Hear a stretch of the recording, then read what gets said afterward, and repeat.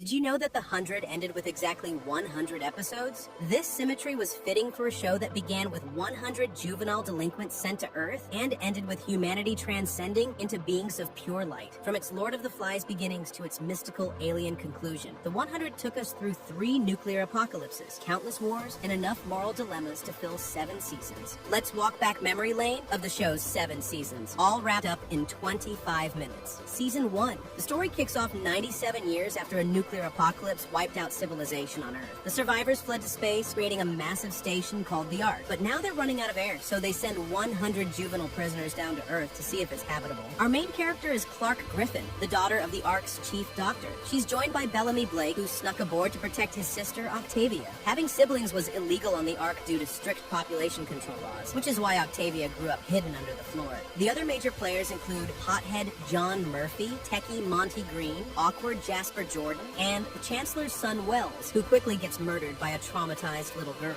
When the 100 land on Earth, they discover the radiation doesn't kill them, and they immediately devolve into a chaotic teen camp, partying, hooking up, and ignoring the wristbands that monitor their vitals for the Ark. Bellamy encourages them to remove the bands so the adults won't follow them down. But Earth holds a shocking surprise. Humans survived the apocalypse. The Grounders are tribal warriors who see the newcomers as invaders. After initial hostilities, including the capture and torture of Grounder Lincoln, who Octavia falls for, attempts at peace fail when a nervous kid shoots a Grounder during negotiations. Mechanic Raven Reyes makes her way down from the Ark in a pod to help establish communications. She's Finn's girlfriend, which creates a love triangle since Finn and Clark had already hooked up. The oxygen crisis on the Ark leads to Chancellor Jaha sacrificing 320 people to buy more time. But it's not enough. They'll have to come to Earth. The season culminates in a massive battle where the 100 used rocket fuel to create a ring of fire around their camp, burning many attacking Grounders. But victory is short-lived, as mysterious men in hazmat suits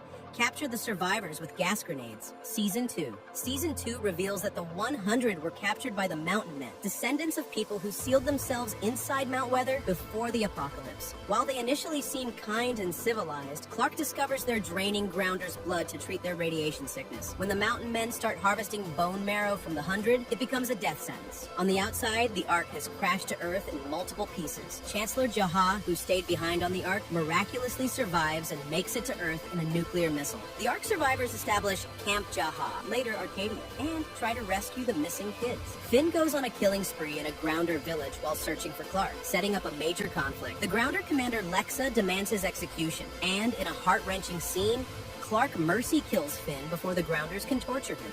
Clark and Lexa forge an alliance against Mount Weather, leading to a complex relationship that eventually turns romantic. But when Mount Weather offers to free just the Grounder prisoners, Lexa betrays Clark and walks away, leaving the Sky People to fend for themselves. With no choice left to save her people, Clark makes the devastating decision to irradiate all of Mount Weather, killing everyone inside, including innocent children and allies. The weight of this genocide is too much, and Clark walks away from her people, unable to face what she's done. In a separate storyline, Jaha and Murphy discover a mansion with an AI named Ailey, who reveals she caused the nuclear apocalypse to save humanity from overpopulation. This sets up the next chapter in the saga. Season 3. Season 3 jumps ahead 3 months. Clark is living in the wilderness, known to Grounders as Juan Heda, Commander of Death, for her Mount Weather genocide. In Arcadia, a new group of survivors arrives, led by Pike, who harbors deep hatred for Grounders after brutal experiences. As tensions rise, Pike is elected Chancellor and leads a massacre of Grounders sent to protect Arcadia.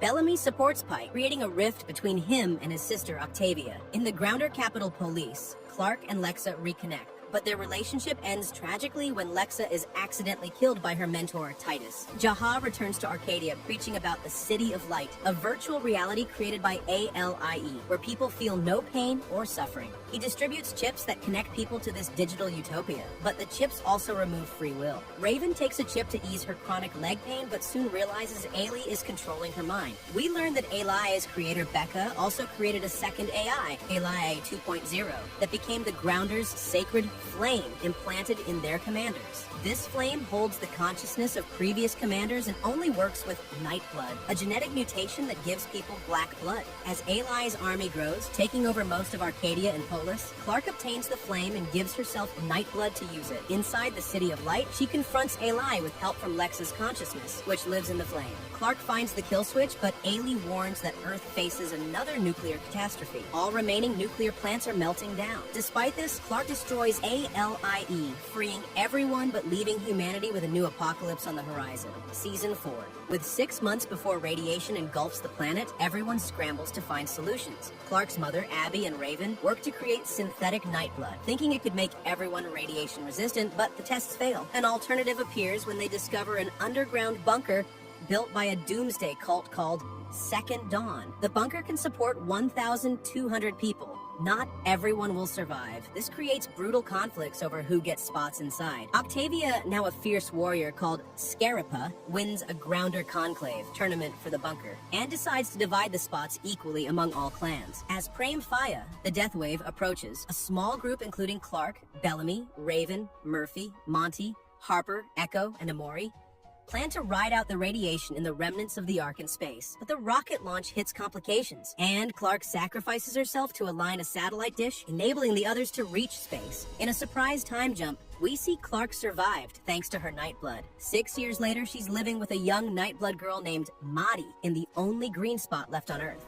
As she wonders why her friends haven't returned from space, a prison transport ship lands, bringing new threats. Season 5. Season 5 reveals multiple storylines across the 6-year gap. In space, Bellamy's group survived on algae and formed new bonds, including a relationship between Bellamy and former enemy Echo. In the bunker, food shortages led to cannibalism during a dark year, transforming Octavia into the ruthless Blood Reina, Red Queen, who runs gladiatorial death matches. The newcomers are prisoners from before the first apocalypse, led by Colonel Dioza, who was an infamous terrorist. They've been in cryosleep for over a century. They want the habitable valley for themselves, setting up the season's central conflict. When Dioza captures Abby to treat a lung disease affecting her people, Octavia leads her Wonkru army in a march to take the valley. The power-hungry second-in-command McCreary eventually takes control from Dioza and threatens to destroy the valley if he can't have it. Bellamy poisons Octavia to prevent her from leading Wonkru into a trap, but the battle happens anyway, resulting in heavy casualties. When McCreary realizes he's losing, he launches deadly nuclear fuel, triggering a third apocalypse. Our main characters barely escape to the prisoner's ship, heading back to space as Earth becomes uninhabitable again. In a twist ending, everyone goes into cryosleep to wait out Earth's recovery. When Bellamy and Clark wake up, they learn from Monty and Harper's adult son that they've been asleep for 125 years. Earth never recovered, but Monty found a new habitable planet before dying of old age with Harper. The ship now orbits this mysterious new world. Season 6. Season 6 takes our heroes to planet Alpha, also called Sanctum. It looks like paradise with a beautiful civilization ruled by the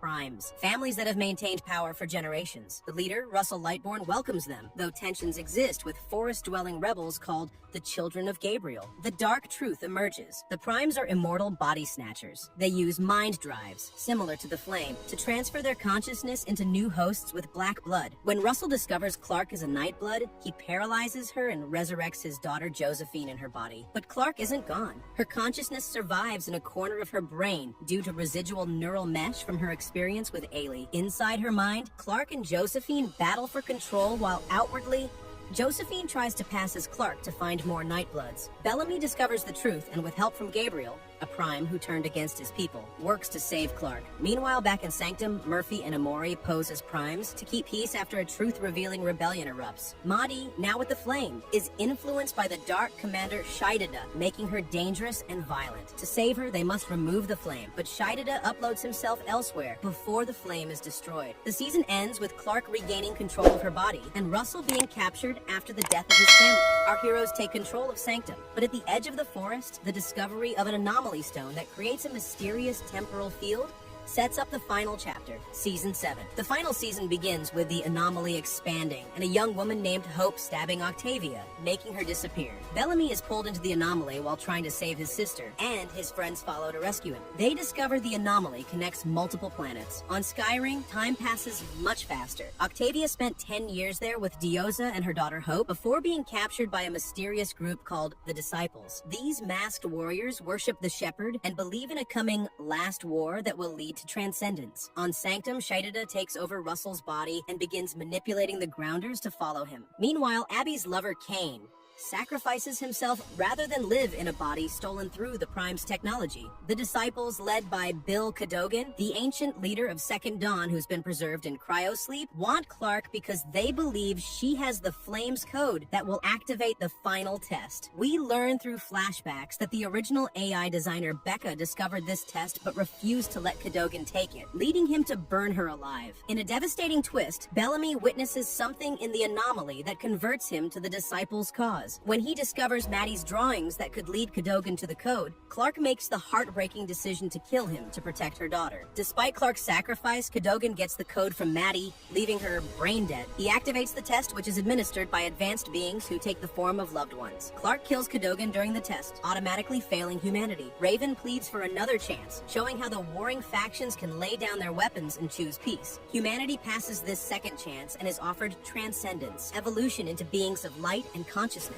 Everyone transcends except Clark, who can't because she committed murder during the test, but her friends choose to return to human form to live out their remaining days with her on a restored Earth, unable to reproduce but free to live in peace. The series ends with humanity's transcendence and our core characters finding a simple, peaceful existence together. A fitting conclusion to a show that constantly questioned what it means to survive versus truly living. From teenagers struggling to survive to adults making impossible choices, The 100 took us through a combination of moral complexities and a cycle of violence. Despite constantly facing extinction, humanity in The 100 showed both its worst impulses and its capacity for sacrifice, love, and eventually, transcendence. At its core, the series asked one fundamental question: does humanity deserve to survive? The answer, after 100 episodes of war, genocide, and rebirth, was that we do. But only when we choose to break the cycles of violence and truly live as one crew.